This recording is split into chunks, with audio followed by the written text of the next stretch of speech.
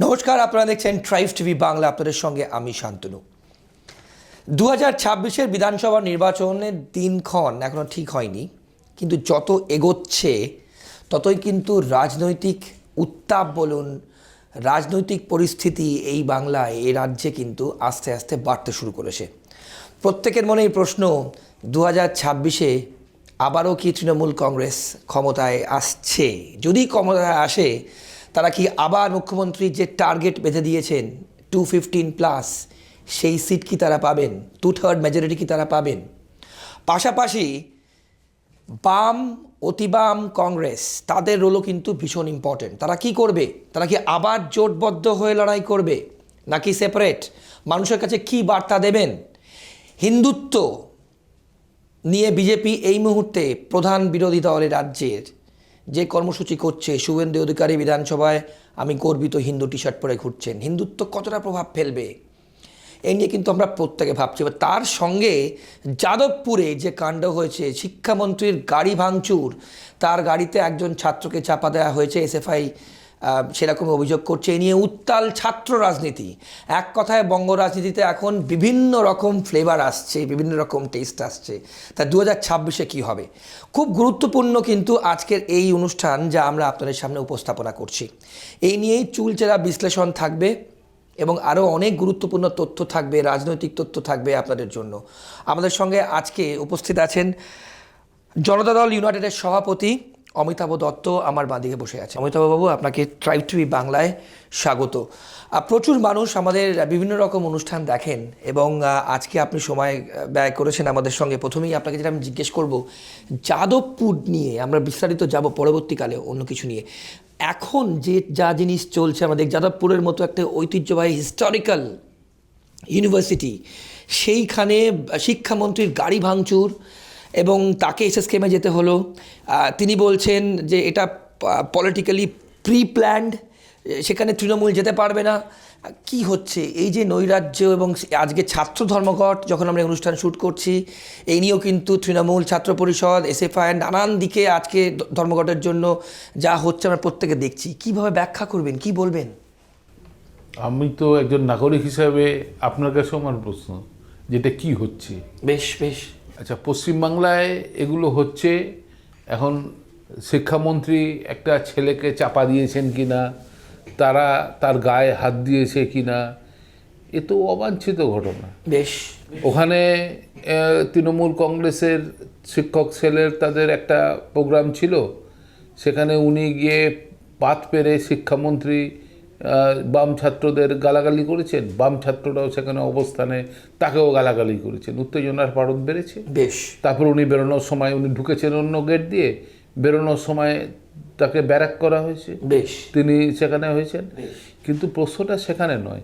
এবারে এসএফআই সারা পশ্চিমবাংলায় ছাত্র ধর্মঘট ডেকেছে, কলেজ ইউনিভার্সিটিতে, সেখানে তৃণমূল কংগ্রেসের আমি যা দেখলাম এখনও পর্যন্ত, যে তৃণমূল কংগ্রেসের বাইরের থেকে লোক এসে ছাত্রদের সাথে পেটাপিটি করছে, যেটা দেখা যাচ্ছে। যেগুলো চেহারা ফেরা দেখা যাচ্ছে ওগুলো ছাত্র নয়। যারা পিকেটিং করছে বা আন্দোলন করছে তাদের দেখে ছাত্র মনে হচ্ছে, টেলিভিশনে যা দেখছি বা খবরাখবরেও যা আসছে। এখন প্রশ্ন হচ্ছে, এটা তো আমাদের একটা কনক্লুশন না।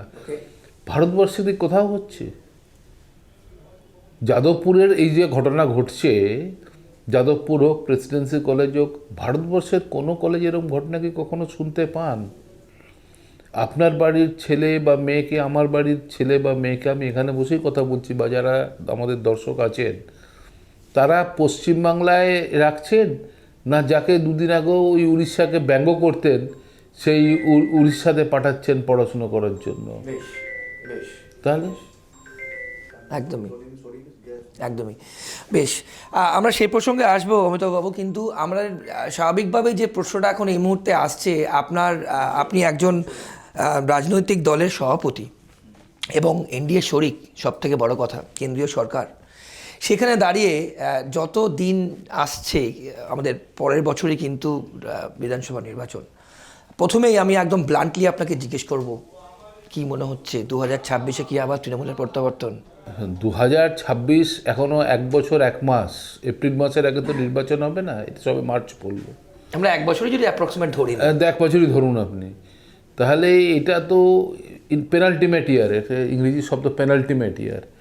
এই বছরে প্রতিনিয়ত প্রতি মুহূর্তে পলিটিক্যাল পরিবর্তন হবে। বেশ, তাই জন্য 2026-এর এপ্রিলে কি হবে গিয়ে, ইডি সিবিআই এর কী রোল থাকবে, কি জেলে যাবেন, কে বেরোবেন, কার সাথে কি গোপন আন্ডারস্ট্যান্ডিং হতে পারে বা হওয়ার সম্ভাবনা আছে, বা ইত্যাদি কি জোট হবে, হ্যাঁ, এবং সেগুলো তো এখন থেকে অ্যাজিউম করার কোনো জায়গাই নেই। বেশ, এবং সে অনুযায়ী অ্যাজ অফ টুডে কী হতে পারে সেটা একটা ধারণা করা যেতে পারে। আমি যদি আপনাকে সেটা ব্লান্টলি জিজ্ঞেস করি, এই মুহূর্তে যদি নির্বাচন হয়, সেইখানে দাঁড়িয়ে এত দুর্নীতির অভিযোগ, এত স্ক্যাম হয়েছে, মন্ত্রীরা জেলে গেছে, আরজিকর কাণ্ড নিয়ে রাজ্য রাত দখল কোনো দিন দেখেনি অমিতাভবাবু, প্রচুর মহিলারা রাস্তায় নেমেছেন, সেলাইন কাণ্ড হয়েছে, আর নারী নিরাপত্তা প্রশ্নের মুখে, প্রতিষ্ঠান বিরোধিতা 2011 পর 2025, মানে 14 বছর অ্যাপ্রক্সিমেট প্রায়, এরপরও মমতা ব্যানার্জি ম্যাজিক কি দেখা যাবে?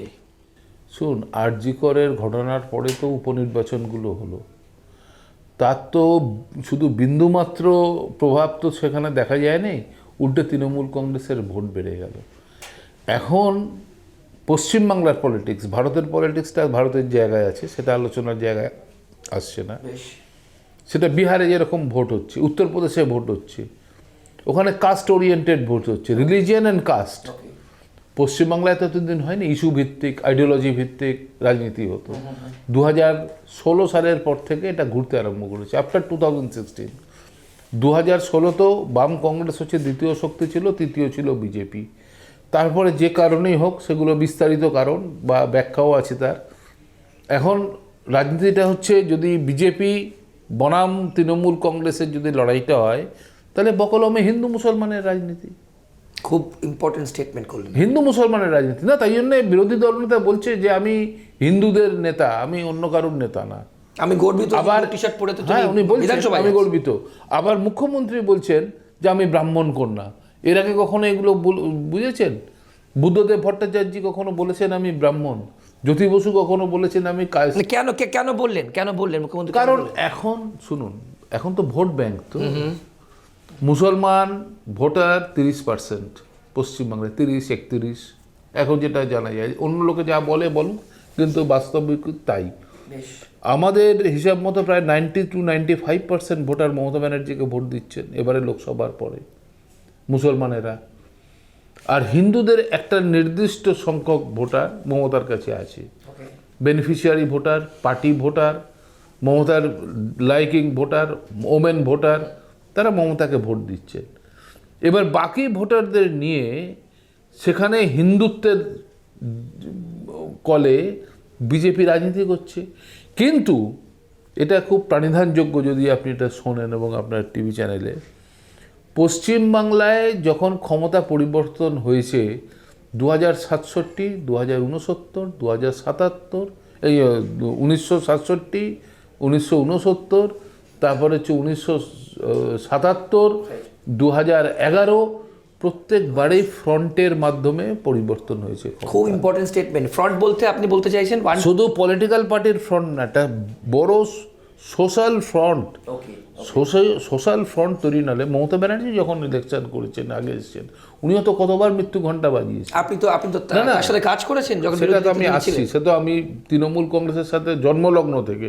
তৃণমূল কংগ্রেস ভোটার লিস্ট দেয়নি, তখন জর্জ ফার্নান্ডেজ পাঠিয়ে দিয়েছেন সমতা পার্টির। হ্যাঁ, সে তো জন্মলগ্ন থেকে আমরা ওনার সাথে রয়েছি। সে পঙ্কজ ব্যানার্জির সময় থেকে তিনি বাংলা বাঁচাও ফ্রন্ট, তারপরে সিঙ্গুর কৃষি জমি বাঁচাও কমিটি, কৃষি জমি বাঁচাও কমিটি, কৃষি জমি জীবন জীবিকা রক্ষা কমিটি, তারপরে সন্ত্রাস বিরোধী নাগরিক। বিশ্বনাথ প্রতাপ সিং যখন প্রধানমন্ত্রী ছিলেন তখন তো আপনি। হ্যাঁ, তো সে তো অনেক আগের কাহিনী। সেই সময়ের থেকে ফ্রন্ট ছাড়া, তখন আমরা 1-to-1 মমতা বন্দ্যোপাধ্যায়ের সাথে আলোচনা করেছি, বিরোধী নেত্রী। তিনি তো একমবদ্ধিত বিরোধী নেত্রী ছিলেন। আমরা তাকে বলেছি যে ফ্রন্ট না করে লেফট ওরিয়েন্টেড লোকেদের যদি যতক্ষণ না অ্যাম্বিটে নিয়ে আসা যায়, এই সার্কেলে নিয়ে আসা যায়, তাই জন্যই তো নকশালদের অ্যাপ্রোচ করা, তাই জন্যই তো এসইউসিকে অ্যাপ্রোচ করা, তাই জন্যই তো দেবব্রত বন্দ্যোপাধ্যায়, যারা দেবব্রত বন্দ্যোপাধ্যায়তেও বামফ্রন্টের, তাদের কৃষি নীতি প্রণয়নের অন্যতম পুরোধা ছিলেন, তাকে নিয়ে আসা, তৎকালীন বামপন্থী যে সমস্ত বুদ্ধিজীবী ছিলেন, সুনন্দ সান্যাল থেকে আরম্ভ করে তাদেরকে নিয়ে মানে আপনি আসা। বলতে চাইছেন সবাইকে একটা ফ্রন্টের মধ্যে আনতে। এর আগেও যখন 1977 সালে নির্বাচন হয়েছে তখন বাম ফ্রন্ট নির্বাচনে জিতেছে, 67-তে যুক্ত ফ্রন্ট, 69-এ যুক্ত ফ্রন্ট বা অন্য ফ্রন্ট ছিল, তারা নির্বাচন। তাহলে আমাদের বাবু 2011-তে যদি কংগ্রেসের সঙ্গে জোট না হতো তৃণমূল কংগ্রেসের, তারা ক্ষমতা আসতে পারতো? ডেফিনেটলি আসতে পারতো না। মমতা বন্দ্যোপাধ্যায় কি রাজনৈতিকভাবে সে এটা ওনার জানতেন না? তাই জন্যই তো তিনি অ্যাডজাস্ট করেছিলেন, শুধু কংগ্রেসকে না, এসইউসির মতো লেফট পার্টিকেও তিনি অ্যাডজাস্ট করেছিলেন। রাইট। কিন্তু আজকে শুধু হিন্দু মুসলমান জিগির দিয়ে মমতা বন্দ্যোপাধ্যায় টিকে যাবেন, কিন্তু তাকে সরানো যাবে না। এখানে অপোজিশনের সব থেকে বড় ব্যর্থতা। আর যেটা উত্তরপ্রদেশে যেটা ভাবা হচ্ছে, গুজরাটে যা হয়েছে বা ইত্যাদি, এবং বিহারেও হচ্ছে না। বিহারেও তো সমস্ত হিন্দু ভোটকে, বিহারে মুসলমান কত আছে? মুসলমান তো 15-16%-এর বেশি মুসলমান নেই। বিজেপি যদি সমস্ত হিন্দু ভোটকে ওখানে কনসলিডেট করে দেয় বিহারে, তাহলে তো সে ড্যাং ড্যাং করে জিতে যাবে, কিন্তু পারছে না।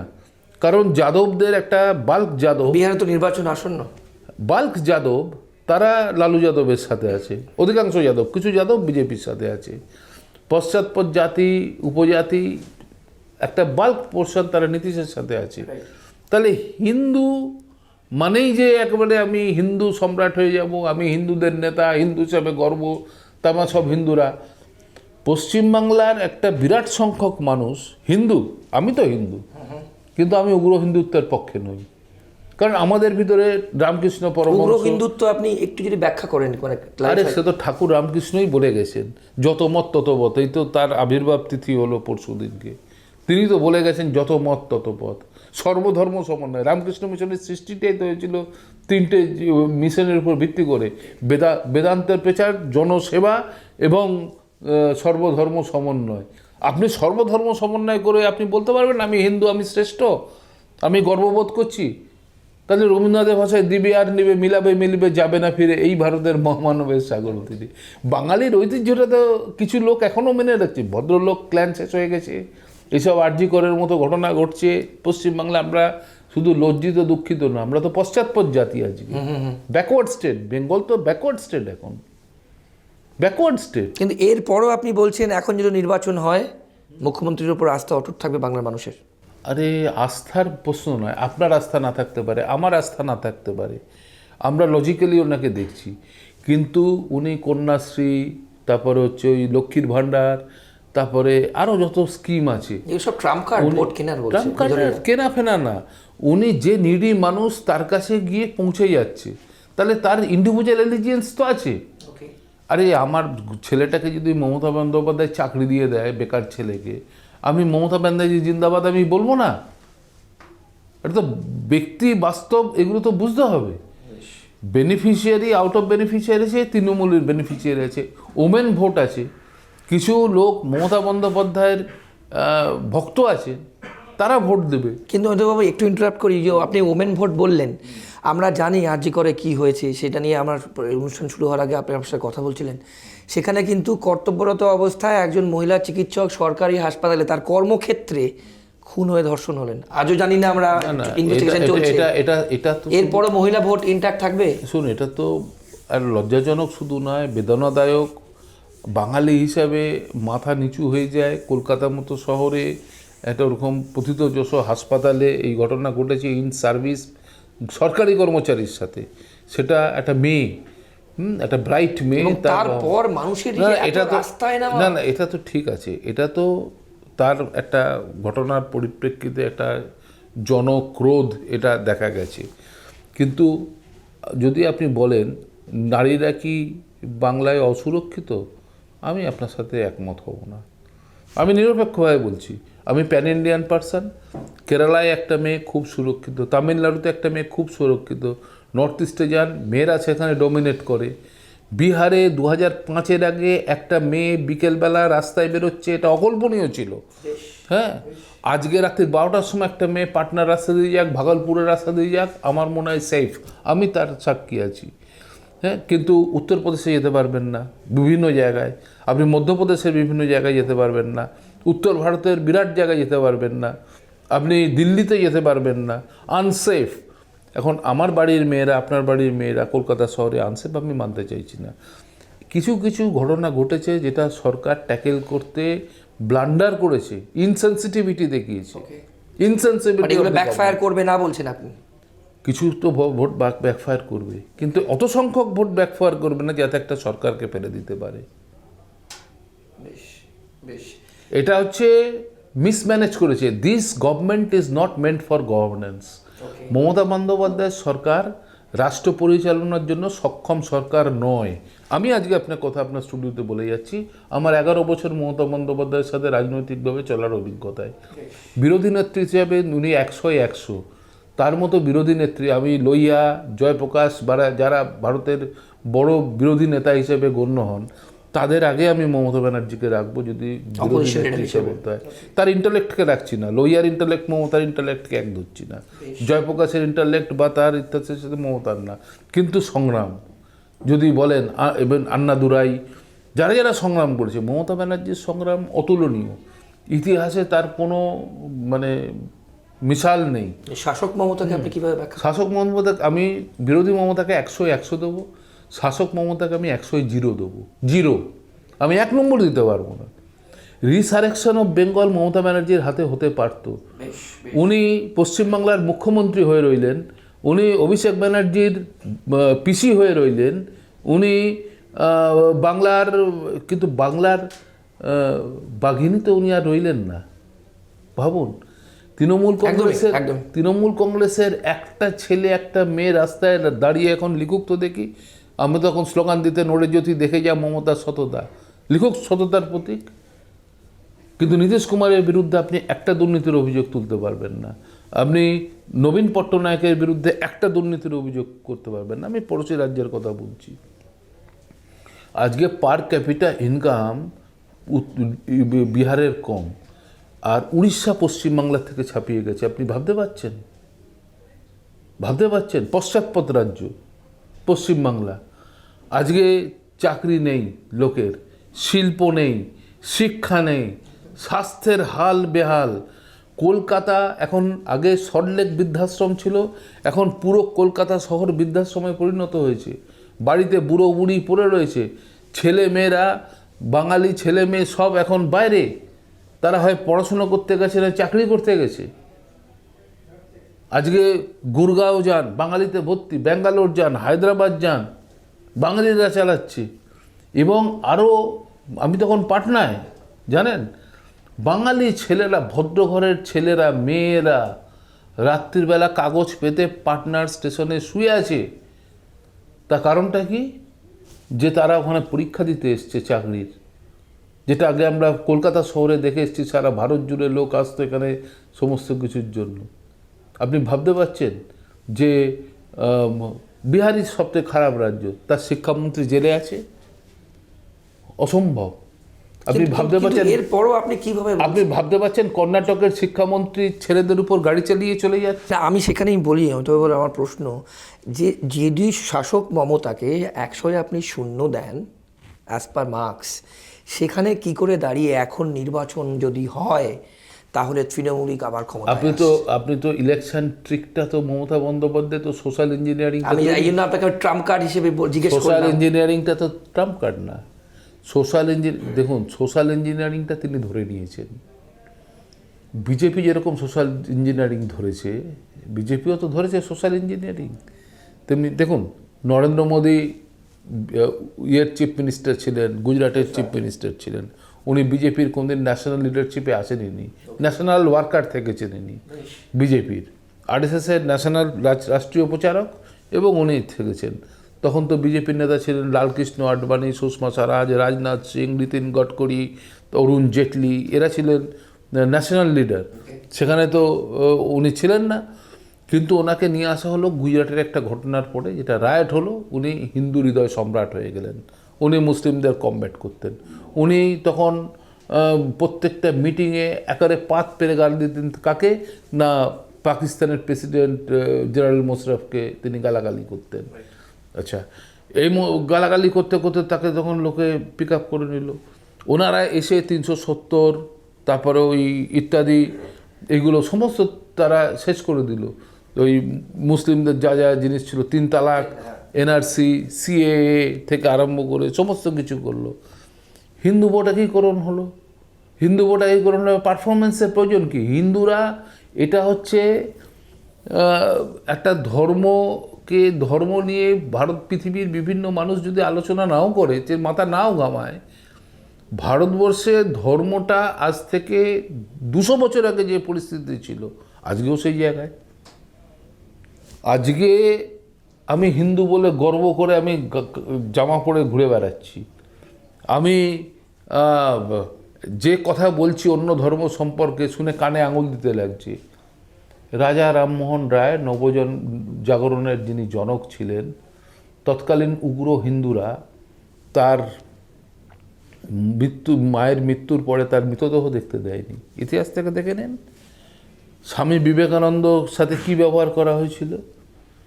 হ্যাঁ, বিবেকানন্দকে তৎকালীন হিন্দুরা উগ্র হিন্দুরা বিবেকানন্দ বলে ডাকেনি কখনো, যেহেতু তার মহিলা শিষ্যা ছিল না, তাই জন্য তাকে বলা হতো সব বিদেশি বিবেকানন্দ।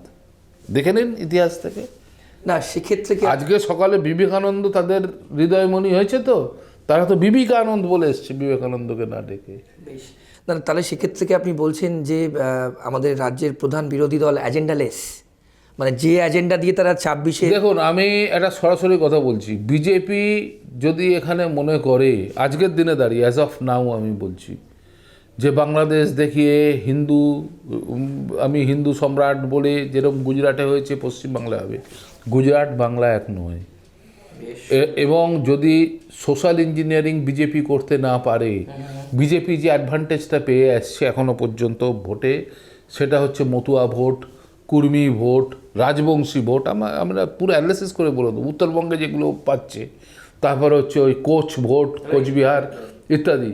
বাঙালি মননের কাছে যেটা অ্যাকচুয়ালি বাঙালি ইন্টেলেকচুয়াল যে জায়গাটা বিজেপি এন্টার করতে পারে। মানে দক্ষিণবঙ্গে যেই আমরা প্রবেশ করছি বিজেপি কিন্তু আরে দক্ষিণবঙ্গ উত্তরবঙ্গও নেই বিজেপি, ওই গোষ্ঠীর ভিতরে আছে। ওই গোষ্ঠীগুলো যদি কোনো রকমের সংগঠিত হয়ে যায় তাদের অধিকারের জন্য, কুর্মীরা সংগঠিত হয়ে গেছে, তাই জন্য কুর্মীদের সাথে এখন যে ওখানকার যে এমপি ছিল ওখানে, সে 3.5 লাখ ভোটে জিতে এবার বোধহয় 20,000 না 25,000 ভোটে জিতেছে। মতুয়ারা রয়েছে। তাহলে বিজেপিকে তো ইন্ট্রোস্পেকশন করতে হবে। আরএসএস বিজেপি একসাথে লড়লে কি হবে? 2 শূন্য যোগ করলে তো 200 হবে না। হ্যাঁ, তাহলে বিজেপি তো ইন্ট্রোস্পেকশন করতে হবে যে যারা social engineering, Mamata social engineering করে দিয়েছে। মুসলমান, তারপরে তিনি সরকারে আছেন বেনিফিশিয়ারি, ওমেন। নীতিশ কুমার তার সোশ্যাল ইঞ্জিনিয়ারিং করে ফেলেছে, পশ্চাৎপদ, অতি পশ্চাৎপদ, ওমেন। লালু যাদব কাস্ট হিসেবে করে নিয়েছে, মুসলমান, যাদব। বিজেপি তার মোবিলাইজেশন করে নিয়েছে, বিজেপি আপার কাস্ট, উচ্চবর্ণ আর হিন্দু ভোট, এই তো। কিন্তু সেটা বাংলার ক্ষেত্রে আপনি বলছেন কাজ করবে না। বাংলার ক্ষেত্রে তো কাস্ট ভোট কাজটা করে না। এখন রিলিজিয়ান ভোট উনি করতে চাইছেন, কিন্তু রিলিজিয়ান ভোটে মুসলিমরা এখানে যতটা কমিউনাল হবে, হিন্দুরা তো কমিউনাল হবে না। হিন্দুরা কমিউনাল হবে না। এখন 70 ভাগ হিন্দু যদি এক হয়ে যেত তাহলে তো ইমিডিয়েটলি মমতার পতন হয়ে যেত।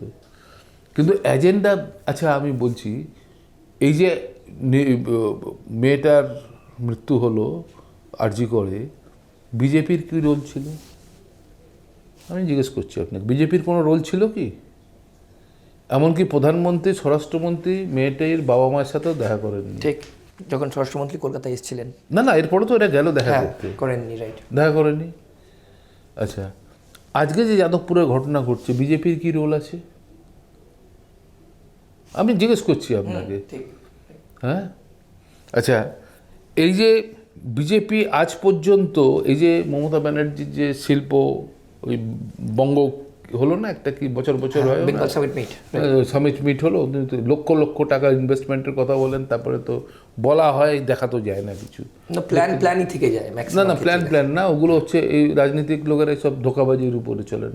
ল্যাঙ্গুয়েজটা আমি ধোকাবাজি বলছি।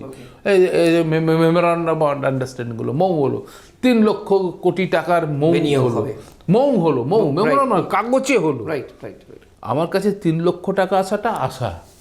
আপনাকে আমি মুখে বলে দিলাম যে আপনাকে আমি 5,000 টাকা দেবো, এবার টাকাটা আপনি কোনো দিনই পেলেন না, তাহলে আমার বলাটা লোকে জানলো, আর পাওয়াটা লোকে দেখছে না। বিজেপির কি ভূমিকা আছে বিরোধী দল অনুযায়ী? তারা কি পশ্চিমবাংলায় তাদের অতজন এমএলএ আছে, তারা পশ্চিমবাংলায় এফেক্টিভ? শুনুন, বামফ্রন্টের আমলে 2005 সাল পর্যন্ত তারা অ্যাসেম্বলি প্রসিডিংটা তারা প্রকাশ করতে আপনি পয়সা দিয়ে আপনি কিনতে পারতেন। এখন পাবেন আপনি? সেই যে বন্ধ করেছে বামফ্রন্ট, এরা হচ্ছে একই জিনিস চলেছে। 34 বছর বামফ্রন্ট রাজত্ব করেছে। যদি তৃণমূল কংগ্রেসের একমাত্র এজেন্ডা হয়ে থাকে আমি 34 বছর টিকে থাকবো বা 68 বছর টিকে থাকবো, তারা সেই এজেন্ডায় চলছে। বাংলা থাকলো গেল, মানুষ বিক্রি হলো, মরে গেল, একটা মেয়েকে এইভাবে শেষ করে দেওয়া হলো, ওনার কী যায় আসে বা পার্টির কী যায় আসে? তারা ইনার বেনিফিশিয়ারি আনন্দে আছে, ক্ষমতায় আছে, এক্সটার্নাল বেনিফিশিয়ারি দিচ্ছে। এখন 2026-এ কী হবে আমি এই মুহূর্তে বলতে পারবো না।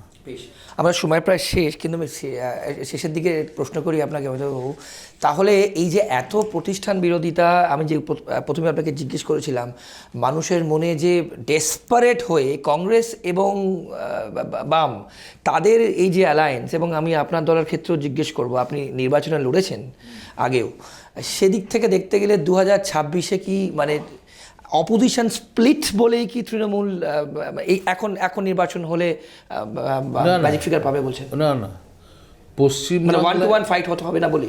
পশ্চিমবাংলায় কখনোই অপোজিশন কম্বাইন্ড না হলে পশ্চিমবাংলায় রাজনৈতিক শক্তি যে ক্ষমতায় আছে তাকে পরাস্ত করা যায়নি। মানে আপনি বলছেন 1-to-1 ফাইট? না না, অপোজিশনকে ইউনাইট হতে হবে। আচ্ছা, ইউনাইট মানে পলিটিক্যাল পার্টির ইউনিটি আমি বলছি না, তাকে একটা ব্রড বেস সোশ্যাল ইউনিটি। তো মমতা বন্দ্যোপাধ্যায় যখন বিরোধিতা করেছেন লাস্টে, তখন তো বিজেপি অপোজিশনে ছিল, ট্রায়াঙ্গুলার কন্টেস্ট ছিল, তবুও তো মমতা সিপিএমকে হারিয়ে দিয়েছেন। কারণ মমতা একটা লার্জার সোশ্যাল ইউনিটি তৈরি করে নিয়েছিলেন। প্রথমে কৃষি জমি বাঁচাও কমিটি দিয়ে সমস্ত লোকদের এনেছেন, তারপরে উনি কংগ্রেস এসইউসিআইকে সঙ্গে নিয়েছেন, তিনি একেবারে এটা বাড়িয়ে দিয়েছেন। She has played a very cunning opposition leader. শুধু সংঘর্ষশীল না, স্ট্র্যাটেজিক্যালি তিনি যে ওই বসে গেছেন অনশন করতে সিঙ্গুরে, এটা শুধু কারেজ নয়, it has also spelled out, এটা প্রমাণ করেছে তার স্ট্র্যাটেজি কত অনবদ্য ছিল। আমি নিজে সেই মিটিং উপস্থিত ছিলাম যখন অজিত পাজা প্রপোজাল দিয়েছিলেন মমতা ব্যানার্জিকে যে আমি সুপ্রিম কোর্টে গিয়ে একটা রিট করে এই কৃষি জমি দখল করাটা আমি, এটা আজকে খুব গোপন কথা, আপনি শুনে নিন এটা। তখন মিটিংয়ে বলেছিলেন যে দেখো দেখো আমি এক্ষুনি আটকে দিচ্ছি, আমি সুপ্রিম কোর্টে যাব, একটা রিট করব, ওই স্টার্টাররা আর ওই জমি নিতে পারবে না, কারণ আইনে এটা এখন আলোচনা করে লাভ নেই, ওই জমি নিতে পারবে না। মমতা ব্যানার্জি সঙ্গে সঙ্গে নেগেট করে দিলেন, বলেন আপনি কোর্টে শুধু যাবেন না, আপনি তৃণমূল কংগ্রেস ছেড়ে তবে কোর্টে যান, তৃণমূল কংগ্রেস আন্দোলন করবে। উনি পুরো তৃণমূল কংগ্রেসকে, পশ্চিমবাংলার মানুষকে, ইরেসপেক্টিভ অফ সোশ্যাল স্ট্রাকচার, তিনি সকলকে নিয়ে গিয়ে রাস্তায় নেমেছেন, তিনি আন্দোলন করিয়েছেন, তবে সেটা ক্ষমতা এসছে। আমি একটা শার্ট পরে ঘুরে বেড়ালাম, হ্যাঁ, তাতে কি এখন সবাই, এই বার্তা আপনি শুভেন্দু অধিকারীর জন্য বলছেন? যে শুভেন্দু অধিকারী না, পশ্চিমবাংলাটা তো ডুবে গেল। একটা ভালো অপোজিশন থাকলেও তো যে শাসক দল সে যেতে, democracy is meant for opposition, assembly is meant for opposition.